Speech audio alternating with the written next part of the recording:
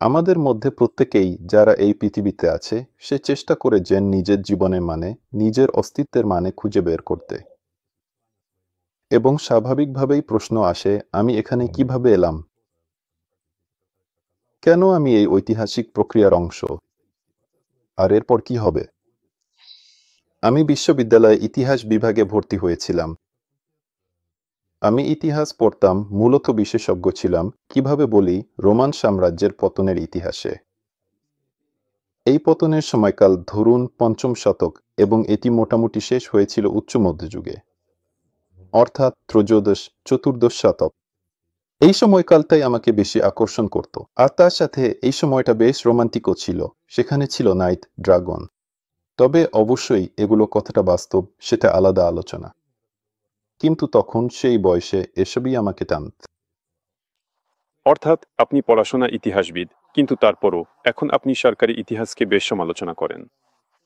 এটা কিভাবে হলো, কেন? আপনার সঙ্গে কি ঘটেছিল?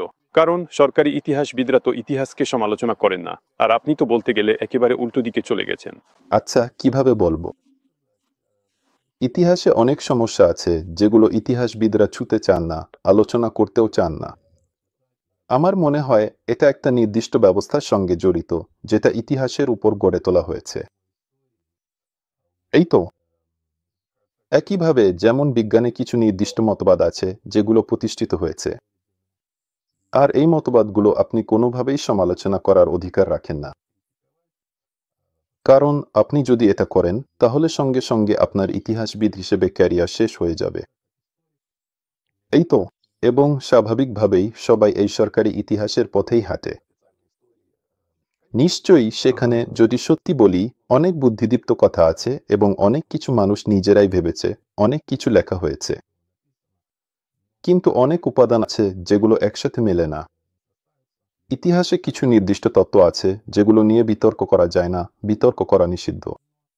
আর যারা এইসব নিয়ে বিতর্ক করতে শুরু করে তারা সঙ্গে সঙ্গে ইতিহাসবিদদের তালিকা থেকে বাদ পড়ে যায় এবং স্বাভাবিকভাবেই তাদের প্রকাশও করা হয় না এই তো কিন্তু অবশ্যই এই প্রশ্নগুলোর অনেকই খুবই আকর্ষণীয় আর আপনি যদি এগুলো নিয়ে কাজ করতে চান তাহলে আপনি অফিসিয়াল ইতিহাসে এগুলো নিয়ে কাজ করতে পারবেন না এটা একেবারেই অসম্ভব এর একটা দারুণ উদাহরণ আমি আপনাদের দিতে পারি এটা সবাই জানে একজন ছিলেন বরং বলা ভালো একজন অসাধারণ ইতিহাসবিদ তর হেয়ারডাল তিনি রাশিয়ায় জনপ্রিয় ছিলেন পশ্চিমেও জনপ্রিয় ছিলেন অনেক বই লিখেছেন এবং অনেক কিছু আবিষ্কার করেছেন যা বলা যায় প্রচলিত ইতিহাস আবিষ্কার করতে পারেনি উদাহরণস্বরূপ দ্বীপগুলোর মানে ইস্টার দ্বীপ এবং অন্যান্য পলিনেশিয়ান দ্বীপে দক্ষিণ আমেরিকার মূল ভূখণ্ড থেকে মানুষের বসতি স্থাপন তিনি এটা পরীক্ষামূলকভাবে প্রমাণ করেছিলেন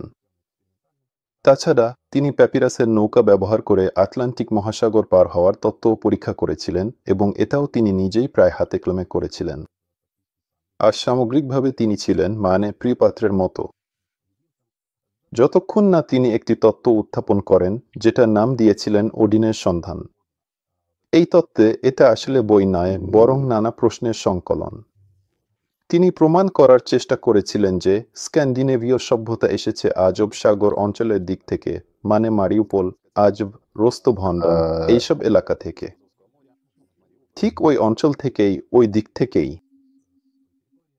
আর তখন পুরো বৈজ্ঞানিক সমাজ তার উপর ঝাঁপিয়ে পড়ে তাকে কার্যত পুড়িয়ে ফেলে তার কাজকে অপমানিত করে এবং আজ পর্যন্ত আমি তো সেদিনই যাচাই করলাম এই তত্ত্ব আর এগোয়নি কেউ এটা নিয়ে গবেষণা করে না এমনকি সবাই এটাকে ছোঁয়ারও ভয় পায় এই তো কিন্তু তত্ত্বটা খুবই আকর্ষণীয় আর এই এলিট শ্রেণীর উপরে থাকা কাঠামোটা এটা আমার একদম ভালো লাগে না আর জেন ইতিহাস পড়া অসম্ভব কারণ তুমি কেবল সেই দিকগুলোতেই গবেষণা করতে পারো যেসব দিকে তোমাকে যেতে অনুমতি দেয়া হয় আর যদি কিছু ভুল বা ভিন্ন কিছু খুঁজে পাও তাহলে সঙ্গে সঙ্গে তোমাকে থামিয়ে দেয়া হয় আর তোমার ক্যারিয়ার সেখানেই শেষ মানে আপনি ইতিহাসে স্বাধীনভাবে অনুসন্ধান করতে চান, কিন্তু দেখা গেল এই ক্ষেত্রটা বেশ কঠোরভাবে সীমাবদ্ধ।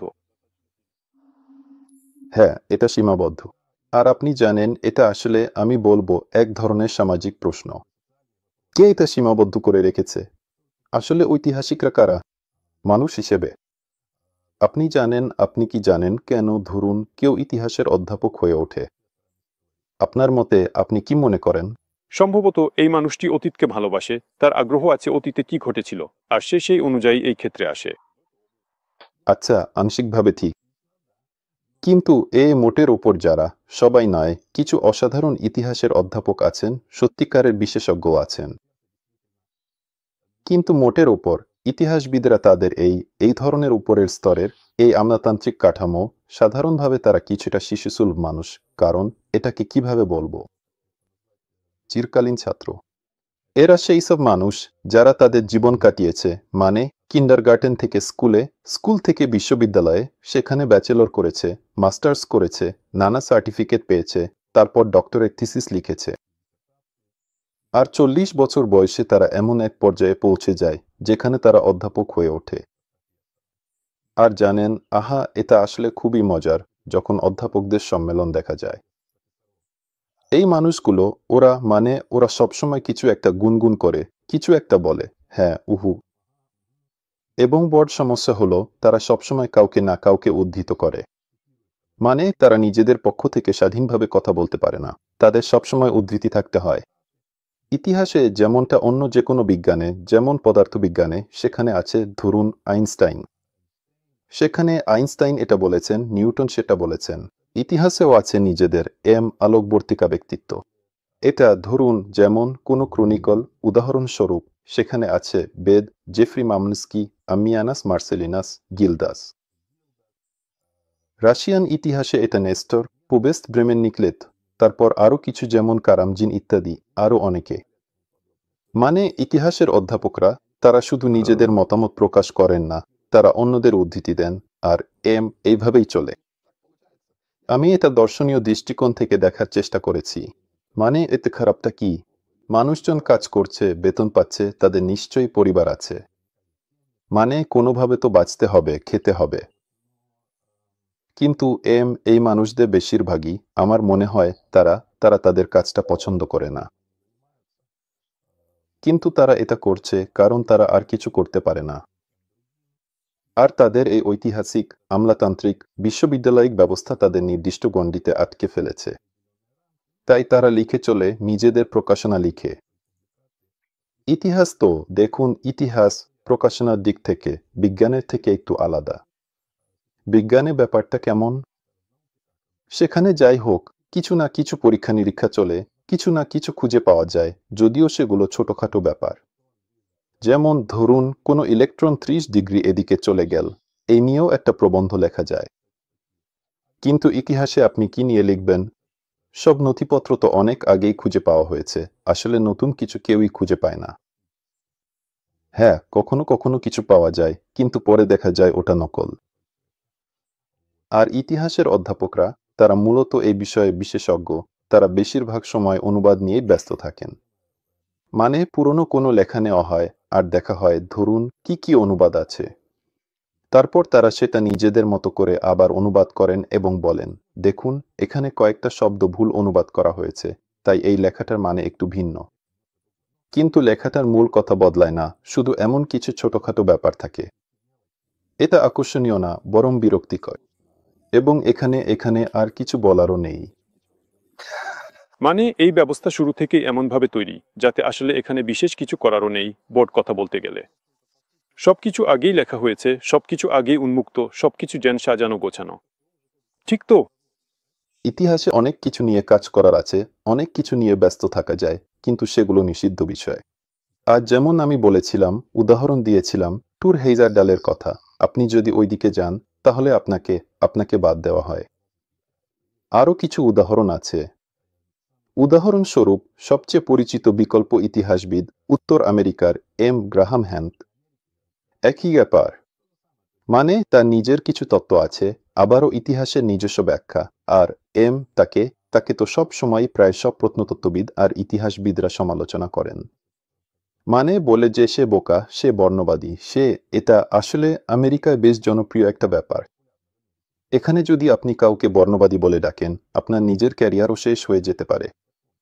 মানে তার তত্ত্ব হলো দক্ষিণ আমেরিকা নাকি আদিবাসীরা নয়, বরং হয়তো কেউ এসে প্রতিষ্ঠা করেছিল। তখনই তাকে বলা হয়, তুমি বর্ণবাদী, কারণ তুমি আদিবাসীদের তাদের জন্মভূমি ও তাদের কৃতিত্বের অধিকার কেড়ে নিচ্ছ। মানে ব্যাস এটাই। এভাবেই মোটামুটি সবকিছু চলে। আবারও বলছি, এমন উদাহরণ অনেক আছে। আমার ব্যক্তিগত অভিজ্ঞতাতেও আমি এর মুখোমুখি হয়েছি, যদিও একটু ছোটখাটো আকারে। এক সময় আমার আগ্রহ ছিল এই ভূগর্ভস্থ শহরগুলো নিয়ে। জানেন তো, ভূগর্ভস্থ শহর কোথায় যেন? তুরস্কে। ওখানে আছে, মানে ওগুলো যেন পিঁপড়ের বাসার মতো, ঠিক যেন মাটির নিচে। আর মানে আসলে কেউ জানে না ওগুলো কি। তবে অফিসিয়াল ইতিহাস বলে এই শহরগুলো নাকি তৈরি করা হয়েছিল যাতে মানুষজন সেখানে লুকিয়ে থাকতে পারে। ধরুন শত্রু সেনাবাহিনী আসছে, তারা ওই সেনাবাহিনীকে দেখে সঙ্গে সঙ্গে হুপ করে ওই ভূগর্ভস্থ শহরে লুকিয়ে পড়ে, দরজা টেনে বন্ধ করে দেয়, ব্যাস সব ঠিক। দারুণ। আমি যদি শত্রুর জায়গায় থাকতাম তাহলে ভেন্টিলেশনের ছিদ্রগুলোর কাছে গিয়ে সেখানে জ্বলন্ত খড় বা অন্য কিছু ছুড়ে দিতাম, তাই না? আর তখন ওরা মাটির নিচ থেকে বেরিয়ে আসতে বাধ্য হতো। শুধু সামরিক দৃষ্টিকোণ থেকে দেখলেও এটা তো একেবারে বোকামি। মানে এখানে লুকিয়ে থাকা সম্ভব না। এটা এটা এটা সম্পূর্ণ বোকামি। আসলে জানেন, এমনকি সেখানে কোনো খোঁড় ছুড়ে দেওয়ারও দরকার নেই। যদিও এটা করলে হয়তো আরও দ্রুত হবে, কারণ সহজভাবে এই সব পথগুলো অবরোধ করে দিলেই হয়। এখন ভাবুন তো, ধরুন মাটির নিচে বসে আছে, ধরুন ৫,০০০ জন, তাই তো? হ্যাঁ। মানে এইসব মানুষদের তো খাবার দরকার। এইসব মানুষদের, তাদেরও তো কোথাও গিয়ে প্রাকৃতিক কাজ সারতে হবে। কেউ অসুস্থ হবে, কেউ। বুঝতেই পারছেন, তাই তো? মানে কয়েকদিন পরেই এই মানুষগুলো, যারা মাটির নিচে এই শহরগুলোতে বসে আছে, যেখান থেকে বের হওয়ার কোনো উপায় নেই, তারা আসলে, দুঃখিত বলছি, নিজেদের মলমূত্রেই ডুবে যাবে। এই তো। আর সঙ্গে সঙ্গে সংক্রমণ ছড়িয়ে পড়বে। মানে এটা একেবারেই অযৌক্তিক। মানে এটা যদি যুক্তির দিক থেকে ভাবেন, তাহলে এর কোনো ভিত্তি নেই, একেবারেই কোনো ভিত্তি নেই। আর মোটামুটি এমন কিছু ফোরাম আছে যেখানে ইতিহাসের অধ্যাপকরা থাকেন, আর্কিওলজিস্টরাও থাকেন, আর ওরাই এই বিষয়গুলো নিয়ে আলোচনা করেন। এই বিষয়টা উঠে এসেছিল, আমি সেদিকে গিয়েছিলাম, মন্তব্য করেছিলাম, এবং মূলত আমরা যেটা একটু আগে বলছিলাম সেটাই বলেছিলাম, যে এখানে কিছু একটা ঠিক মিলছে না। এই শহরগুলো নিশ্চয়ই অন্য কোনো উদ্দেশ্যে তৈরি করা হয়েছিল। আর জানেন, ওখানে উত্তরগুলো ছিল বেশ কঠোর ধরনের। আমি বলেছিলাম, ধরুন তো এই মানুষগুলো যখন ভেতরে ঢোকে, তারা কতটা খাবার সঙ্গে নিতে পারে? আর পানি। হ্যাঁ, সঙ্গে সঙ্গে কেউ বলল, আর পানি, ঠিক। আর সঙ্গে সঙ্গে কোনো এক প্রত্নতত্ত্বের অধ্যাপক আমাকে বললেন, আপনি জানেন, ইতিহাসে কখনো কল্পনা করা যায় না। এখানে তো আসলে কোনো কথার সুযোগই নেই। মানে মানুষজন একেবারে মৌলিক যুক্তি, মৌলিক তথ্যের দিকেও তাকাতে চায় না, এমনকি এসব নিয়ে আলোচনা করতেও চায় না। এটা তো শুধু একটা ছোট্ট উদাহরণ। কিন্তু এই ধরনের পরিস্থিতি আসলে ইতিহাসের এই সমাজে বিরাজ করছে। তাহলে আর কি বা করা যাবে? এটাই তো বাস্তবতা। মানে আপনি যদি আবারও ইতিহাস পড়তে চান, যেমন যেখানে এই প্রশ্নটা আমাদের আগ্রহী করে তোলে, তাহলে একাডেমিক মহলে সেটা বিশেষভাবে করা সম্ভব নয়। ফলে দেখা যাচ্ছে ইতিহাস খুব কঠোরভাবে নিয়ন্ত্রিত। কিছু নির্দিষ্ট দৃষ্টিভঙ্গি, মতবাদ আছে যেগুলো নিয়ে প্রশ্ন তোলা যায় না এবং যেগুলো মেনে চলতে হয়। এই যে মোটামুটি এই ভবনটা, মানে এই যে বিজ্ঞান ইতিহাসের একটা গঠনমূলক কাঠামো, এটা তো গড়ে উঠেছে সম্ভবত ১৯ শতকের শেষ দিকে, ২০ শতকের শুরুতে, আর তখন থেকেই এটা আর বদলায়নি, তাই তো? আমার তো কেবল কৌতূহল হয়েছিল। ধরুন আমার কাছে একটা নথি আছে, আমি ঠিক মনে করতে পারছি না আমি কি দেখছিলাম। আমার মনে হয় আমি দেখছিলাম কিছু কাজ। প্রথম যেটা আমি দেখেছিলাম সেটা হলো সেন্ট অগাস্টিন অব হিপ্পোর কাজ। এটাই সেই ব্যক্তি যিনি ঈশ্বরের নগরী লিখেছেন, ওটাই তার বিখ্যাত কাজ। এই তো। আর প্রকাশিত বাণী। আর আমার কৌতূহল হলো, মানে আচ্ছা, আমাদের কাছে আসলে সবচেয়ে পুরনো কোনো হস্তলিখিত, মানে পাণ্ডুলিপি আছে। কারণ তিনি, ধরুন ঐতিহাসিকভাবে, আনুষ্ঠানিকভাবে এই ব্যক্তি পঞ্চম শতকে বাস করতেন এবং লিখতেন। এই তো। কিন্তু মানে পঞ্চম শতক থেকে আমাদের কাছে আদৌ কোনো নথি আছে কি? আসলে দেখা যাচ্ছে সেগুলো আর নেই। মানে কিছু নথি আছে, সেগুলো তারিখ অনুযায়ী, ধরুন ত্রয়োদশ শতকের। দারুণ। আর এই নথিগুলো কবে আসলে পাওয়া গেছে? এই নথিগুলো ত্রয়োদশ শতকের বলে তারিখ নির্ধারণ করা হয়েছে। কিন্তু সেগুলো কবে পাওয়া গেছে? আর দেখা যাচ্ছে এইসব ঐতিহাসিক কালানুক্রমিক নথির বেশিরভাগই 19 শতকের মাঝামাঝি সময়ে আবিষ্কৃত হয়েছে, যেমন আপনি ঠিকই বলেছিলেন। মানে ইতিহাস আর এইসব আবিষ্কারের ঘটনা সবসময় একই রকম। মানে কোনো এক কনস্টান্টিনোপলের বা ফ্রান্সের বা স্পেনের বা ইতালির কোনো গ্রন্থাগার, সেখানে কেউ আর্কাইভ ঘাঁটছিল আর হঠাৎ করেই কোনো পুরনো সন্ন্যাসীর পাণ্ডুলিপি খুঁজে পেল। আর এইভাবেই এই ইতিহাস। পড়ুন। একই কথা প্রযোজ্য পুরনো ঐতিহাসিক মানচিত্রগুলোর ক্ষেত্রেও। মানে মানচিত্র আছে, ওগুলো নির্দিষ্ট তারিখে তারিখিত। কিন্তু ওগুলো কখন খুঁজে পাওয়া গেছে? এটা তো 19 শতকের মাঝামাঝি সময়। তবে আবার সবগুলো না। আছে কিছু নথি যেগুলো অবশ্যই আরো পুরনো। কিন্তু তাহলে উপসংহার কি?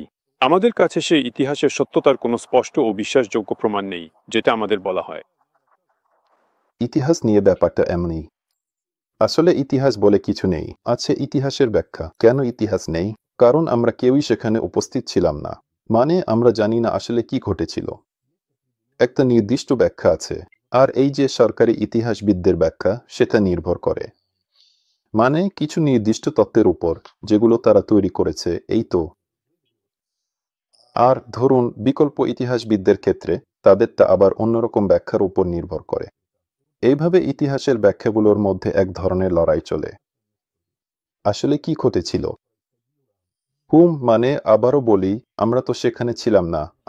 আমরা নিশ্চিতভাবে জানতে পারি না। এই তো। আর ফর এক্সাম্পল, কে বলবে, কে জোর দিয়ে বলবে ঠিক এভাবেই হয়েছিল, ঠিক এভাবেই? তাহলে অবশ্যই সেই মানুষটার টাইম মেশিন থাকা উচিত, কারণ আমাদের কাছে যেসব তথ্য আছে সেগুলো দিয়ে এটা নির্ধারণ করা খুবই কঠিন। এবং এই তো আসল ব্যাপার। কারণ ইতিহাসবিদরা বলে ঠিক এভাবেই হয়েছিল, আর আমরা নিশ্চিতভাবে জানি ঠিক এভাবেই হয়েছিল। আর ইতিহাসের বইগুলোতে লেখা আছে, দেখো, কোনো সন্দেহ করো না, আমরা যেমন লিখেছি ঠিক সেভাবেই হয়েছিল। কিন্তু এটা তো কেবলমাত্র একটি সংস্করণ। আর বাকি কোথায়? আর বাকি সংস্করণগুলো কোথায়? আপনারা কেন শুধু একটাই সংস্করণকে সঠিক বলে মনে করেন? আর আপনি যেমন ঠিকই বললেন, ইতিহাস তো সবসময় বদলাতে থাকে। মানে আমরা এটা দেখেছি রাশিয়ান সাম্রাজ্য ভেঙে পড়ার সময়ও। সেখানে সোভিয়েত ইউনিয়ন গঠন করা হলো, ইতিহাস নতুন করে লেখা হলো, তারপর সোভিয়েত ইউনিয়ন ভেঙে গেল, আবার ইতিহাস নতুন করে লেখা হলো, এখন আবারও ইতিহাস নতুন করে লেখা হচ্ছে। কিছু কিছু ঐতিহাসিক তথ্য আমাদের এখানে রাশিয়ায় প্রায় প্রতি 10 বছরেই বদলে যায়। ইতিহাস পর্যবেক্ষণ করা, এটা আসলে দারুণ একটা বিজ্ঞান। আমি সবাইকে এটা নিয়ে কাজ করার পরামর্শ দিতাম। তবে আমি একটু ভিন্ন পদ্ধতিতে কাজ করার কথা বলতাম, যেটা ইনস্টিটিউটে শেখানো হয় তার থেকে আলাদা। আর সেটা হলো, দেখুন, কখনোই প্রাচীন গ্রিস, রোম নিয়ে কাজ করবেন না। ওগুলো খুবই দূরের ব্যাপার, আর এটা সত্যি কিনা সেটাও জানা যায় না। নিজের আশেপাশের ইতিহাস নিয়ে কাজ করুন। মানে প্রতিটি শহরেরই নিজস্ব একটা ইতিহাস আছে, কিছু পুরনো ভবন আছে, নিজস্ব স্মৃতিস্তম্ভ, নিজস্ব জাদুঘর, এমনকি নিজস্ব ভূতাত্ত্বিক মানচিত্রও আছে। আর এইসব জায়গা থেকেই, তার উপর আপনি তো সেখানেই আছেন, এই জায়গাগুলো থেকেই আপনি প্রচুর তথ্য সংগ্রহ করতে পারবেন। এই তথ্যগুলোকে যুক্তি সাধারণ বুদ্ধি দিয়ে মিলিয়ে দেখুন। আর সবসময় মনে রাখবেন, মানুষ আসলে খুব একটা বদলায়নি। মানুষের যে মোটিভেশন এখন আছে, আগেও সেটাই ছিল। এভাবে আপনি নিজের জন্য অনেক কিছু আবিষ্কার করবেন, আর আমার মনে হয় ইতিহাসকেও সমৃদ্ধ করবেন। আহ আবারও বলি, ইতিহাসের পরিস্থিতি এখন যেমন আছে ঠিক তেমনই আছে আমাদের কাছে। কিন্তু আমি মনে করি, আবারও বলছি, যদি এমন একটা পর্যায়ে আসে যখন অনেক মানুষ একসাথে বলবে এটা ঠিক নয়, সবকিছু প্রকাশ্যে চলে আসবে, তাহলে অফিসিয়াল ইতিহাসও কিছুটা হলেও বদলাবে বলা যায়। হয়তো পুরোপুরি নয়, কিন্তু এইরকমই। এটা একেবারে আমার ব্যক্তিগত পরামর্শ বলা যায়। এইভাবেই